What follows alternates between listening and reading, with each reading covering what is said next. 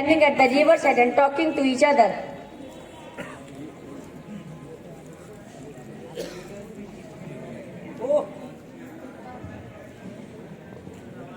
Oh, guys, you know, nowadays many of my friends vanished from the water.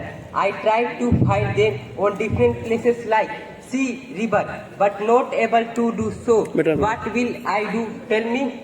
Even I was searching my tiny and small friends like sparrow, cuckoos, but I also don't know where they have gone. You know what? I was also searching my ancient friends like one horn, rhino, giraffe, zebra, but I also know where they have gone. I have the certain vision, but still I don't know where they all have gone. They all must be hid somewhere in caves. No, they were not hiding. They were not in the jungle. Really, if they were not there, then where they have gone? Let's go to the king of the jungle and ask from him. But where all our friends have gone? Okay, let's go. Scene 2. Their four friends go to the king of jungle, Dylan. Dylan was sitting on the mountain.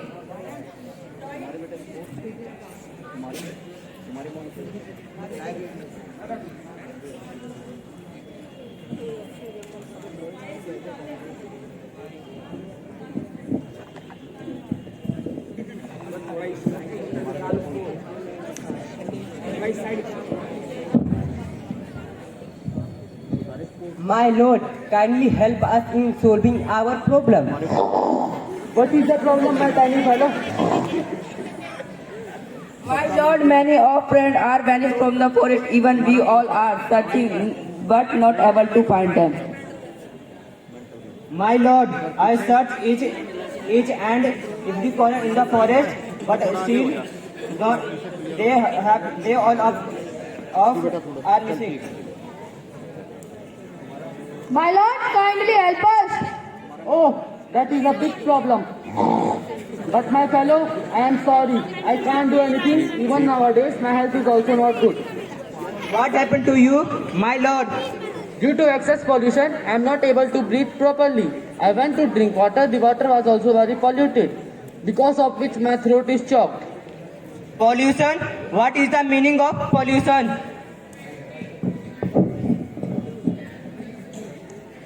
Scene 3.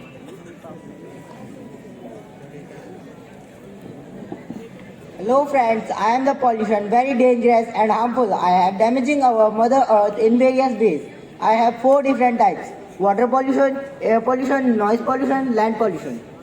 Oh, Mr. Pollution, you are the one who is digital all over the world. Yes, Mr. Dear, I am the one. You know I polluted everything, whatever you're conditioning. Okay, let me introduce my types. First, air pollution. Scene 4.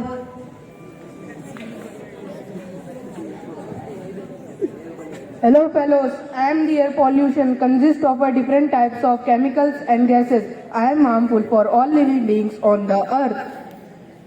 Hello friends, I am water pollution, a cure due to pollutant present in water bodies like lakes, river, ocean and water. Hello friends, I am land pollution. You can also call me soil pollution as I occurs due to pollutants present in land like plastic, waste, technical garbage, etc. Hello friends, I am the last but not the least pollution, noise pollution. I occur due to high frequency voice like loudspeakers, vehicles, crackers, etc. Scene 5. Oh, wait. Who are you? Where you have come from? I am on this whole earth at time space. I am also a part of the universe. I was listening everything that you all pollution and animal talking. Oh, you were listening? Then what you will not harm us? You are right, my brother. Look, Mr. Ant, we all are very dangerous, even because of us you all were dying by day by day. Oh, really? But how is this possible? Exposure of high levels of pollutants can harm each and every creature in this earth. Yes, I have long-term effect on health like heart disease, lung cancer or respiratory disease, etc. I cause skin disease, polio and many other harmful diseases. I am the origin of all the problems like polluted food, polluted water, and the most important, I am the making the land infertile and useless. I am the one who also harm everyone on this earth. I can harm your ears by making loud noise. I can even disturb your sleep. Scene 7.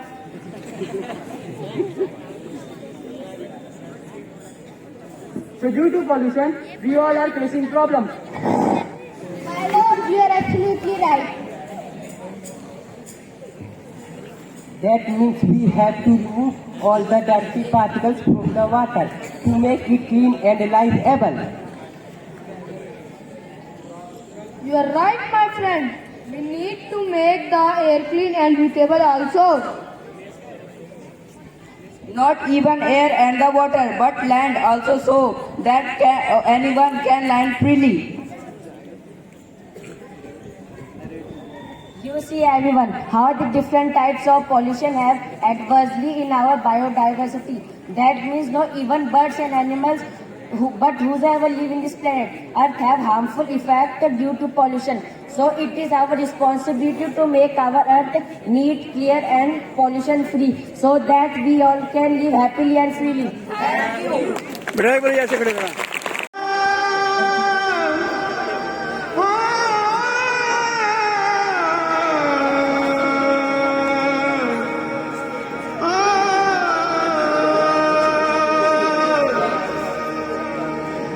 सत श्री निवास आद पुरख सदा तुही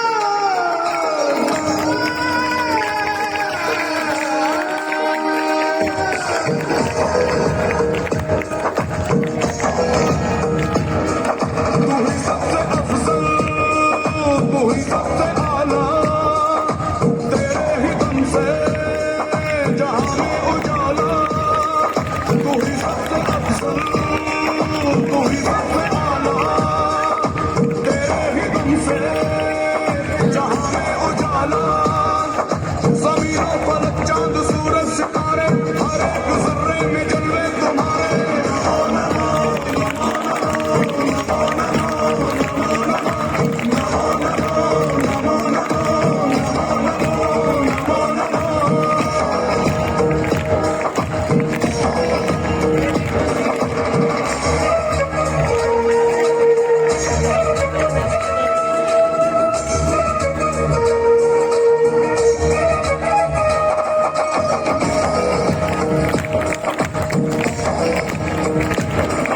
महाकाल काले दिगंबर निराले, दिग दिग भ्रमता अनादि अनंता। महाकाल काले दिगंबर निराले, दिग दिग भ्रमता। नमो सृष्टि रूपम नमो वृष्टि रूपम नमो जल स्वरूपम नमो वृक्ष रूपम।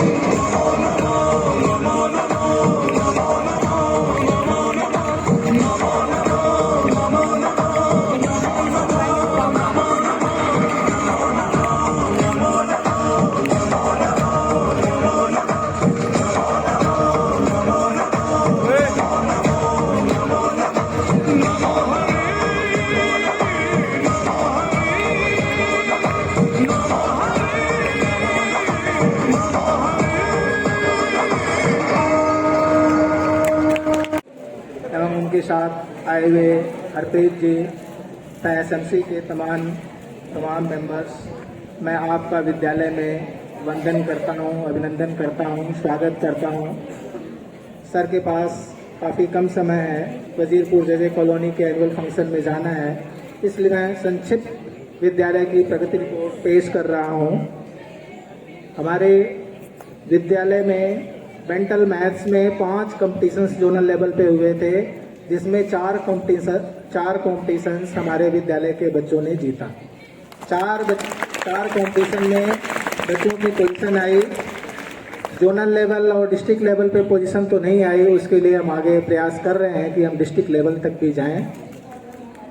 स्पोर्ट्स में वॉलीबॉल में हमारे विद्यालय के बच्चे 3rd पोजीशन जोन में लाए थे, जिसमें एक बच्चा सूरज इंटर जोनल लेवल पे भी पार्टिसिपेट किया था।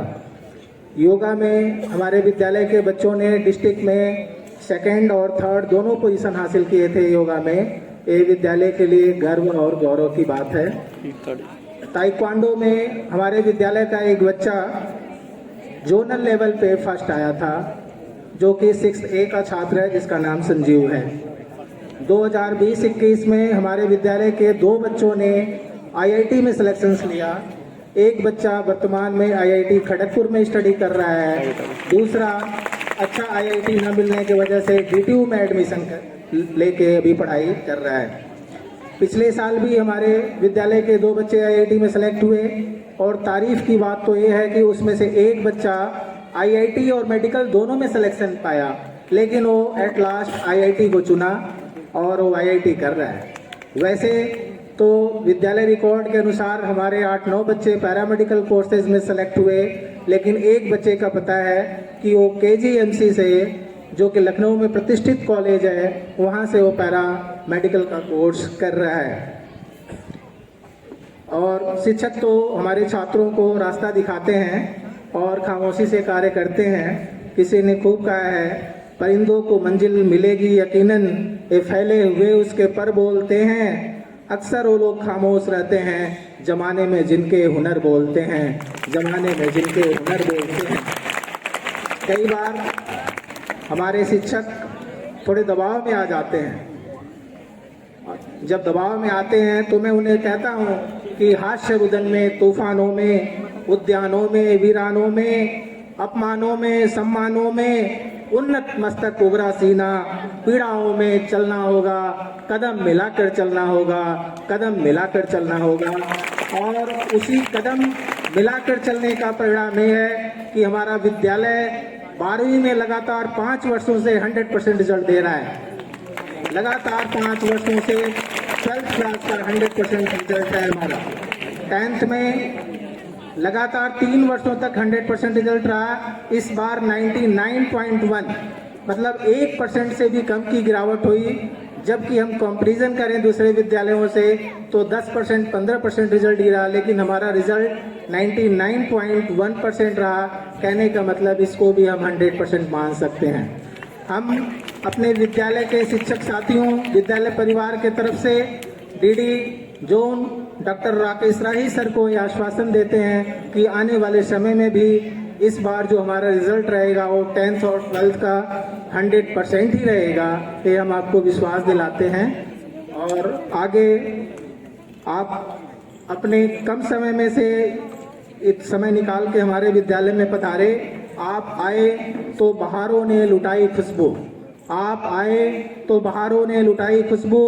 फूल तो फूल थे, कांटों से भी आई खुशबू, फूल तो फूल थे, कांटों से भी आई खुशबू।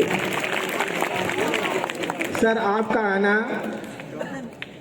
हमारे सीख पैदा करता है। मिट्टी की तो बात ही अलग है। सर, अगर आपका आशीर्वाद हो तो पत्थरों में भी घास पैदा करता है, पत्थरों में भी घास पैदा करता है।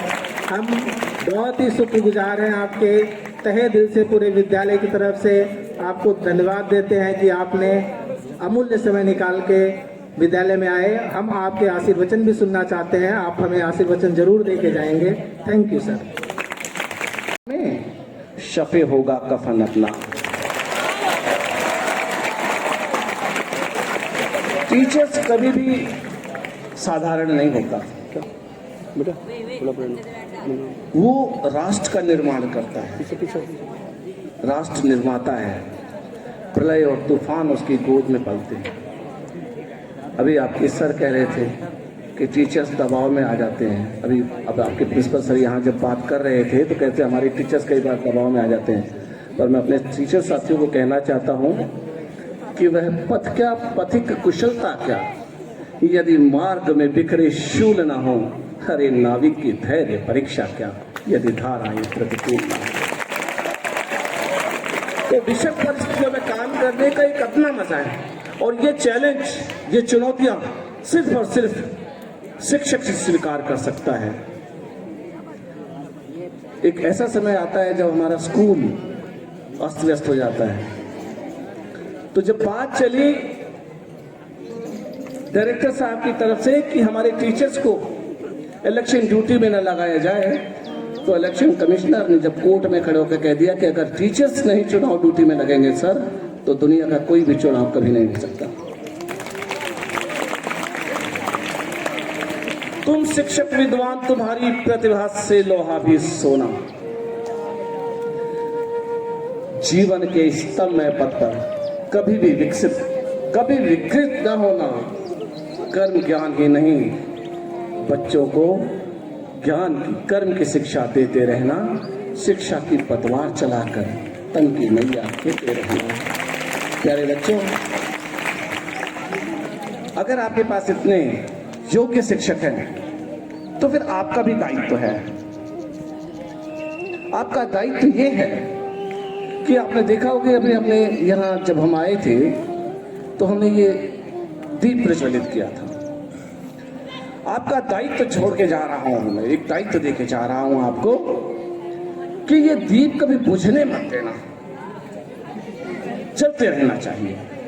ये जलते रहना चाहिए, अथाह, अनंत, असीमित, अपरिमित, एक अंतहीन अंत की तरह जलते रहना चाहिए। हर गली में, हर नगर में, हर शहर, हर मोड़ पर हाथ लहराते हुए हर लाश चलनी चाहिए। और मेरे दिल में ना सही तो तेरे दिल में ही सही हो, कहीं भी आग पर ये आग जलनी चाहिए। इस दीप को जल, क्योंकि ये दीप साधारण नहीं है, ये द्योतक है। ये द्योतक है अज्ञान से ज्ञान की तरफ ले जाने का। ये दीप प्रतीक है मृत्यु से अमृत की ओर ले जाने का। और ये दीप प्रतीक है अज्ञान से ज्ञान, मृत्यु से अमृत और अंधकार से प्रकाश की ओर। इसी तरह से आप भी बने कि हमें तो जहां भी चला दोगे वहीं रोशनी फैला देंगे कि चिरागों का अपना कोई मुकाम नहीं होता। इस तरह से। और जैसे कि आपके प्रिंसिपल साहब कह रहे थे, अभी मैं उनको सुन रहा था, उपलब्धियां गिना रहे थे, यहाँ मेरे साथ बैठे होंगे, यहाँ ये रहे अशोक जी, यहाँ ये मेरे पास। आप कह रहे थे कि मेरे आने से, अगर मेरे आने से कि तो पत्थरों में फूल खिलते हैं और बाहर आते, पता नहीं मुझे तो, अगर मेरे आने से पत्थर पे खुलते, तो मैं एक बात कहना चाहता हूँ आपके प्रिंसिपल साहब के सामने, आपसे एक वादा करना चाहता हूँ कि मेहरबान हो के बुला लो चाहे जिस वक्त भी मुझे। मैं कोई गया वक्त थोड़ी हूँ कि फिर वापस आ ना सकूं। क्या बात। जब भी आप मुझे बुलाएंगे, जब भी आप मुझे बुलाएंगे, और अगर आप महसूस करेंगे तो मैं यहीं कहीं आपके आसपास ही हूँ, आपके आसपास ही मिलूंगा, आपकी एक आवाज पर मिलूंगा, आपकी एक कॉल पर मिलूंगा। मुझे अच्छा लगता है अपने बच्चों से बात करना, टीचर से बात करना, उनके साथ समय गुजारना। ये डिस्ट्रिक्ट में बैठने की, जोन में बैठने की मजबूरियां हैं। मेरे साथ हरप्रीत जी आए हुए हैं, वो आपको बता सकते हैं कि मेरा मन यही लगता है, मेरो मन अनंत कहाँ सुख पावे, जैसे उड़ जहाज को पंछी फिर जहाज पर आवे। और अभी भी यहाँ से जो मैं जाने की बात कर रहा हूँ, वो भी एक मजबूरियां है। जाहिर है कुछ तो मजबूरियां रही होंगी, यूं ही कोई बेवफा नहीं होता, तो वो भी एक मजबूरी है। वो भी एक मजबूरी है कि वहाँ भी आप जैसे बच्चे मेरा इंतजार कर रहे हैं। और इस भावना से, जैसे कि आपके प्रिंसिपल साहब ने एक कविता पढ़ी थी, उसी का मैं आगे बढ़ा के मैं बात कर रहा हूँ कि बाधाओं पर बाधाएं आए, बरसे यदि घनघोर घटाएं, जल में कुंभ में जले, भस्म सार भूधर हो जाए, निज हाथों में आग उठाकर हंसते हंसते चलना होगा, कदम मिलाकर चलना होगा। इस विद्यालय परिवार के लिए, बच्चों के लिए, टीचर्स के लिए, प्रधानाचार्य के लिए, विद्यालय प्रशासन के लिए अनेक अनेक शुभकामनाएं। मैं फिर आऊँगा, और जब अगली बार आऊँगा बेटे, तो मैं ये जानना चाहूँगा कि हमारे बच्चों ने क्या बेहतर परफॉर्मेंस किया, क्योंकि इसके बाद परीक्षाएं हैं। मैं आप एक बार उद्देश्य निर्धारित करो और फिर उस दिशा में चलो, फिर चलते रहो, चलते रहो, चलते रहो, चलते रहो। तब तक चलते रहो जब तक कि आपको लक्ष्य की प्राप्ति ना हो जाए, तब तक चलते रहो इस भावना से कि मंजिल मिले ना मिले गम नहीं, मंजिल की जुस्तजू में अपना कारवां तो है। एक बार कदम तो बढ़ाओ, फिर चलना शुरू करो।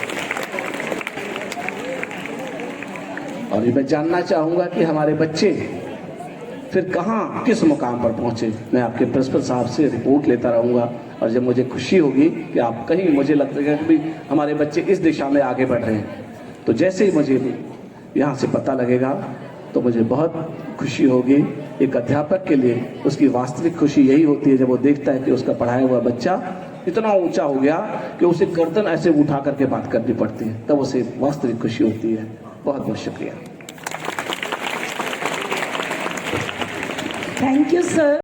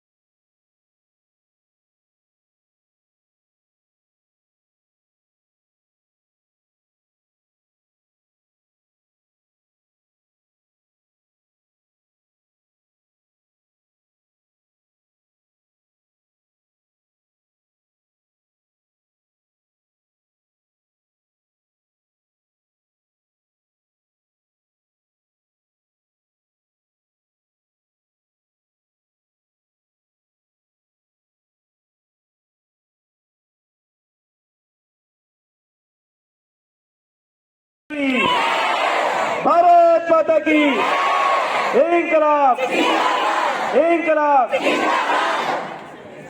मेरे प्यारे बच्चों, आपको इस खूबसूरत शाम की बहुत बहुत बहुत बहुत शुभकामनाएं। आज सुबह मैं गणतंत्र दिवस के प्रोग्राम में था जो दिल्ली सरकार का होता है। उसमें माननीय मुख्यमंत्री अरविंद केजरीवाल जी, मनीष सिसोदिया जी भी थे, और पहली बार हमारे दिल्ली सरकार के स्कूल्स के जो बच्चे हैं उन्होंने बैंड जो परेड में बैंड चलता है, मिलिट्री बैंड, वो दिल्ली सरकार के स्कूल के बच्चों ने उसे करा। सौभाग्य की बात यह है कि अशोक विहार के बच्चे भी उसके अंदर थे। ये बहुत बड़ी आज नई बात हुई है। बहुत शानदार कार्यक्रम था और सारा ही बच्चों के द्वारा होता है। बहुत खूबसूरत उन्होंने काम करा। मैं हमेशा इस बात को कहता हूं कि काम बहुत सारे होते रहते हैं स्कूल्स के अंदर या स्कूल के भी बाहर। गलियों में गलियां बनती रहती हैं, पानी की लाइनें डलती हैं, कभी सीवर के काम होते हैं, कभी लाइट्स डलती हैं। लेकिन अगर कोई सबसे जरूरी काम है, सबसे अच्छा काम है, ऐसा कोई काम है जिसे करने के बाद में सबसे ज्यादा खुशी और संतुष्टि मिलती है, तो वो काम है बच्चों की शिक्षा के ऊपर काम करना। मेरे यहाँ पर 15 स्कूल हैं। इन 15 स्कूल, सरकारी स्कूलों की बात हो रही है, प्राइवेट अलग है इनसे। जो 15 सरकारी स्कूल हैं, ऐसा कोई फंक्शन नहीं होता, चाहे तुम्हारा मॉर्निंग की शिफ्ट का हुआ था, उस दिन तो इकट्ठे ही इन्होंने 11-12 प्रोग्राम रख दिए थे एक ही दिन के अंदर, मॉर्निंग की शिफ्ट में और इवनिंग में, लेकिन वो भी सारे करें। ऐसा कोई भी एनुअल डे, ऐसा कोई भी स्पोर्ट्स डे, ऐसा कोई भी डे जिस दिन आपके टीचर्स को, कभी कभी बीच में भी ऐसा होता है कि मुझे बुलाया जाता है,